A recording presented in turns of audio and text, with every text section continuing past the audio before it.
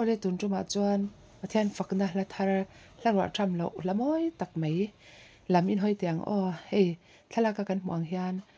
unau pa PC larin liana ama rina oneness in tingat kha Pentecost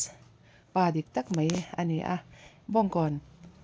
venga chengan ni a bongkon ka ushan Aizawl East District an loya a bulading te hi a fate an ni an duam khop mai unau parin hi hei kan hmuang hianin wheelchair a om ngai ani a heti chung hianin a phak ang to ka ushan hmangai le an chhungkwa an pa faza hian pathian hmangai chhungkwa top mai an ni a ama unau parin nge hi pathian tri mi pathian ngai mi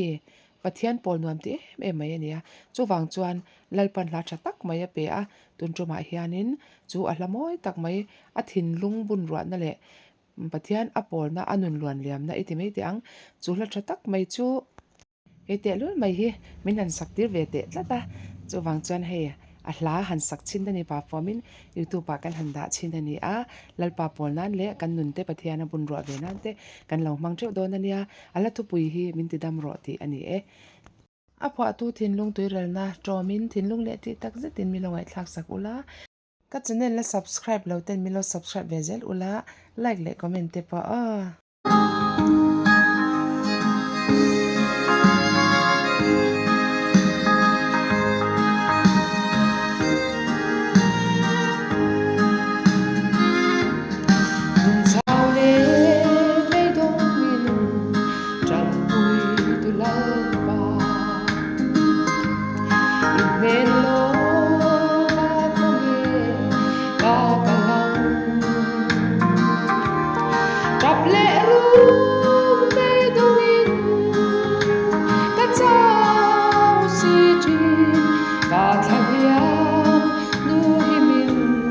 gam le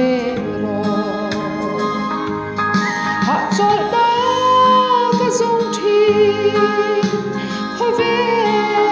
la ya a om chuan si lo ka chau le thi dam na le khamwan na ine na chau ingai dam na tine Rondi le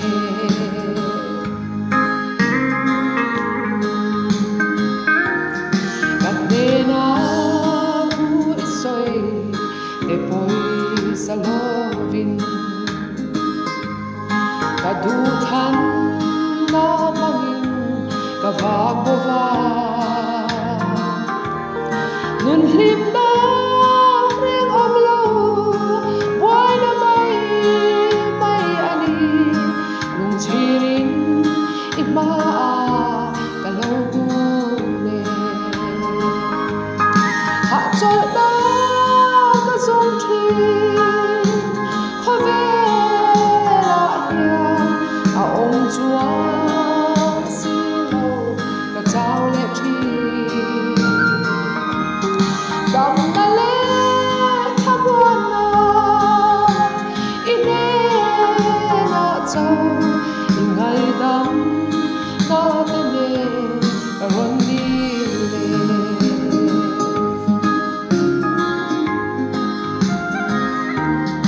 ei yong le lunga ya re thei fa te u kan kho ve ni a kin huna kan ngai to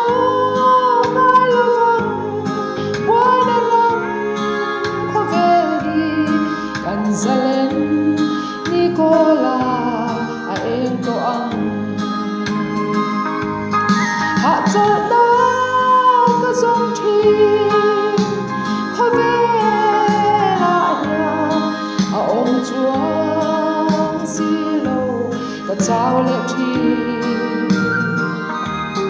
dam a le khamwan na ine na chau ngai dam na te ne ron di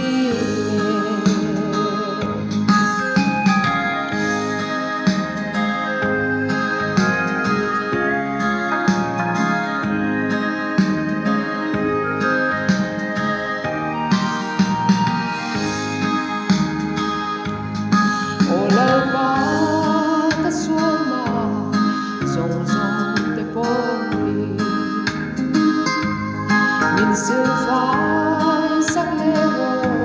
cả nghe nó chê cả thấy đang rung rung đê cả lan dê to ông chê i rô bùi nam cả rồng in bùm bê kê hạ cho đang cả rung thuyền khó về lại hiền à ông chúa xí lâu cả cháu lệ thuyền đầm na lê thả buồn na ine na châu in ngày đắm na tên nè na hôn đi nè đầm na